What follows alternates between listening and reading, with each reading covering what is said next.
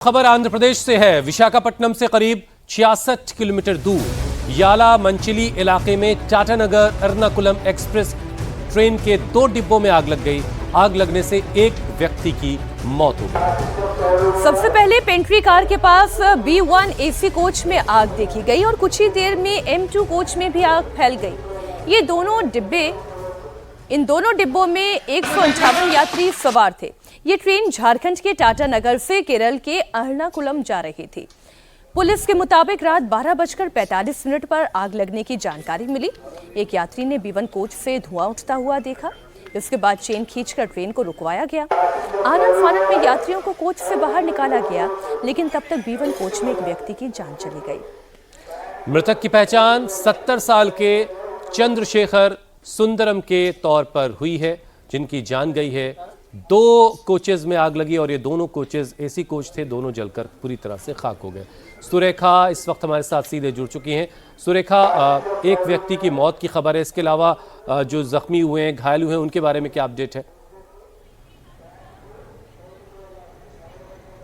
जी देखिए, जैसे ही आग लगी उसके तुरंत बाद जो है लोग बाहर निकलने लगे, जिसकी वजह से बहुत ज्यादा गंभीर चोटें किसी को भी नहीं लगी है। और अभी की जो हालत अगर बता दें तो दोनों बोगियों को जो है वहां पर सामलकोटा के पास भेज दिया गया है और एहतियाती तौर पर वही 2 नहीं बल्कि एक और जो बोगी है उसे लगा हुआ जो बोगी था, उन तीनों ही बोगियों को डिटैच करके उन्हें सामलकोटा की तरफ भेजा गया है। और दूसरी तरफ ट्रेन को जो है वापस चालू किया गया है और वो अपने रास्ते चल रही है। करीब 7 घंटे की देरी जो है इस ट्रेन को देखकर बताई जा रही है। और दरअसल जब ये अनकापल्ली के पास आया था तभी 4 घंटे की देरी पर था और उसके बाद येलमंची की तरफ जब ये आगे बढ़ रहा था उस वक्त जो वहां पर जो लोको पायलट है उन्होंने बहुत ज्यादा सतर्कता दिखाई। ये कहा जा सकता है कि जैसे ही उन्हें आग की भनक लगी तो उन्होंने तुरंत इसको अलर्ट जारी किया और साथ ही में येलमंची जो वहां पर जो रेलवे स्टेशन है वहां पर ट्रेन को भी रोक दिया। और साथ ही में जो लोग हैं उनका भी कहना था, कई लोगों ने जैसे ही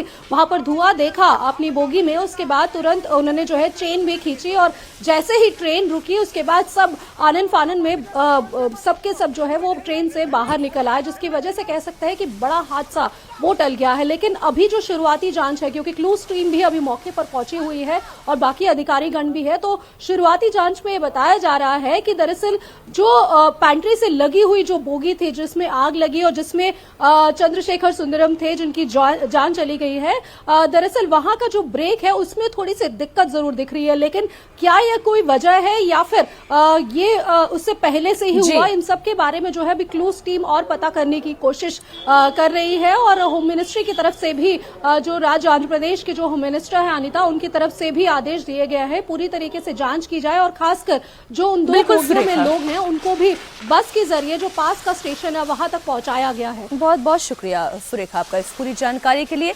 अभी एक और बड़ी खबर आ रही है आपके अपने शहर वाराणसी से। उत्तर प्रदेश में कोडीन कफ सिरप केस में एक्शन लेते हुए वाराणसी पुलिस ने 5 और आरोपियों को गिरफ्तार किया। इनमें से 3 रोहनिया और 2 सरनाथ से पकड़े गए हैं। वहीं पुलिस को फेक फर्म के जरिए हो रहे करोड़ों के ट्रांजैक्शन का भी पता चला है।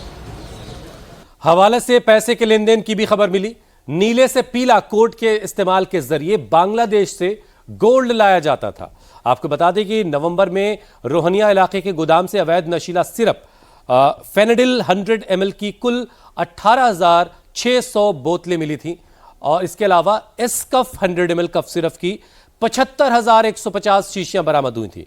मौके से एक गिरफ्तारी भी हुई थी और अब पुलिस इस पूरे मामले में आरोपियों की धरपकड़ के लिए तेजी से ऑपरेशन चला रही है।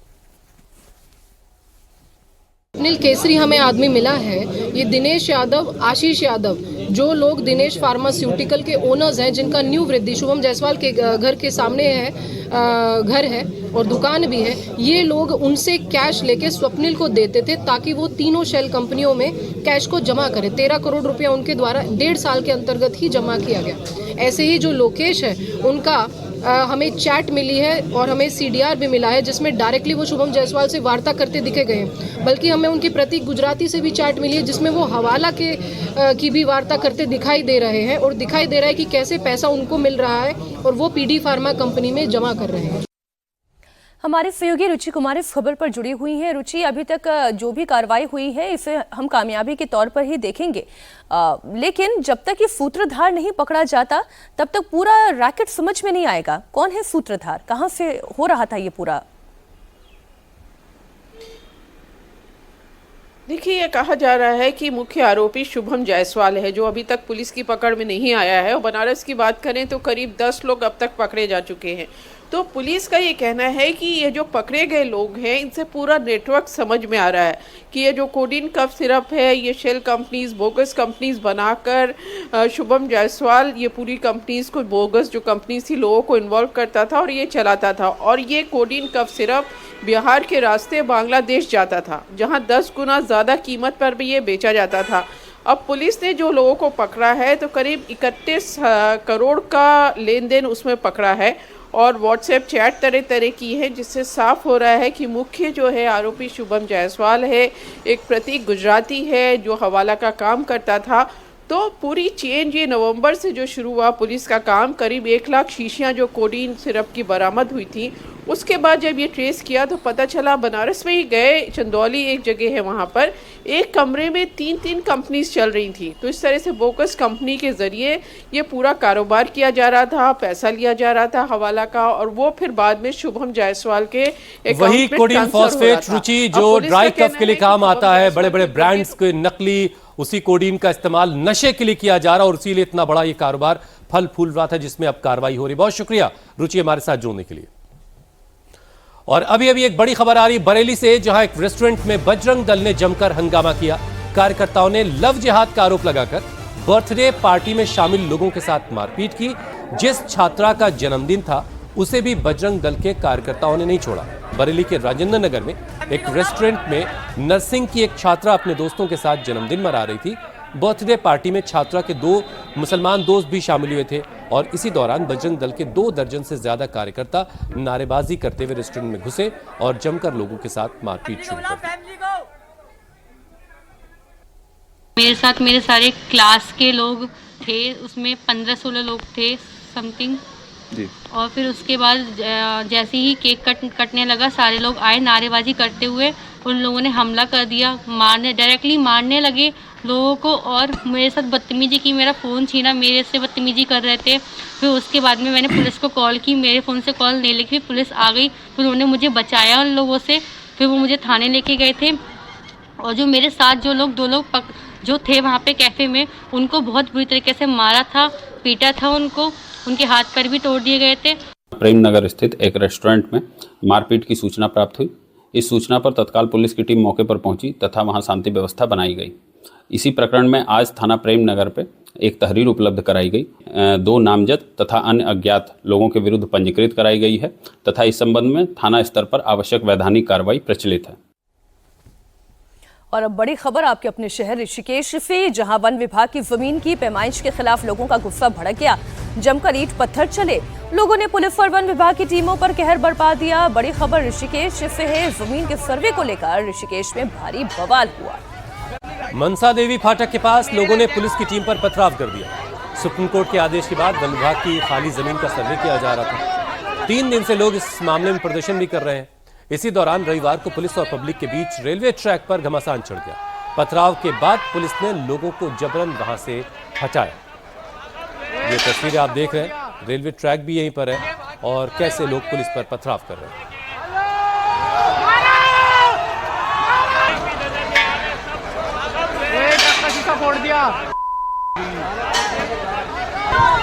इस दौरान पुलिस ने वहां बैठी महिलाओं को हटाना शुरू कर दिया, जिससे प्रदर्शनकारी भड़क गए। ये प्रदर्शन कोई आज का नहीं है, कल का नहीं है, ये तो शनिवार सुबह से लगातार चल रहा है। पहले तो लोगों ने हरिद्वार ऋषिकेश रोड पर जाम किया। पुलिस ने वहां से भीड़ को हटाने की कोशिश की तो भीड़ मनसा देवी फाटक के पास पहुंच गई। देखते ही देखते लोग रेलवे ट्रैक पर बैठ गए। पुलिस कुछ समझ पाती उससे पहले ही लोग पथराव करने लगे, जिसके बाद पुलिस को बल प्रयोग करना पड़ा। लोगों को रेलवे लाइन से हटाया गया।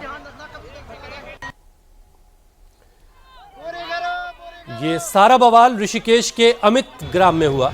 लोगों का कहना है कि वो 50 साल से यहाँ पर रह रहे हैं। नगर निगम के मेयर ने उन्हें न हटाने का वादा किया था, फिर सर्वे क्यों हो रहा है? आपको बताते हैं कि सारे फसाद की जड़ आखिर क्या है।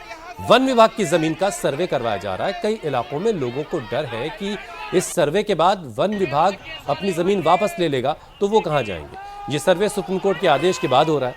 कल प्रदर्शनकारी उग्र हो गए और रेलवे ट्रैक पर जमकर बैठ गए, जिसके बाद पुलिस और नगर निगम की टीम ने कार्रवाई शुरू की तो लोगों ने उन पर पथराव कर दिया। अब किन किन इलाकों में सर्वे का काम हो रहा है वो भी आपको बता दें। मीरा नगर, शिवाजी नगर, बाहूग्राम, मालवीय नगर और अमित ग्राम। कल अमित ग्राम में ही ये सारा महासंग्राम देखने को मिला। इस प्रदर्शन में बड़ी संख्या में महिलाएं भी शामिल हुई। उनका क्या कहना है आपको सुनवाते हैं।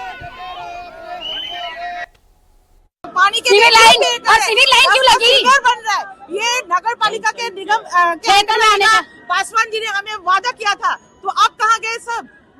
अभी जंगलात वाले क्यों आ रहे? जंगलात वाले यहाँ नहीं आएंगे और कार्रवाई बंद होनी चाहिए बस। ये क्या वजह है, ये आप ही लोग जाने। 2 साल से हमें परेशान किया जा रहा है। सड़क सड़क खराब कर दी गई, सीवर लाइन डल रही है, पाइप लाइन डल रही है। क्यों करवा रखा है? क्यों रास्ते खराब करा रखे? इसलिए कि हमें हमारे घरों से बाहर निकालने के लिए ऐसा बिल्कुल नहीं होने देंगे। इस तरह से जो हमें परेशान न करा जाए। ये जो है प्लॉटों पे जो है बोर्ड लगा दे रहे हैं, ये बोर्ड ना लगे। बोर्ड लगाने हमने जो है जीवन भर की पूंजी जो है लगा के जो है ये प्लॉट घर खरीदे हैं, हम कहाँ जाएंगे अपने बच्चों को लेके? सरकार पहले से कहाँ सोई हुई थी? नगर निगम इनका यहाँ पे ऑफिस है, इनके अधिकारियों को नहीं पता था यहाँ पे प्लॉटिंग हो रही है, घर बनकर कहाँ सो रखे थे?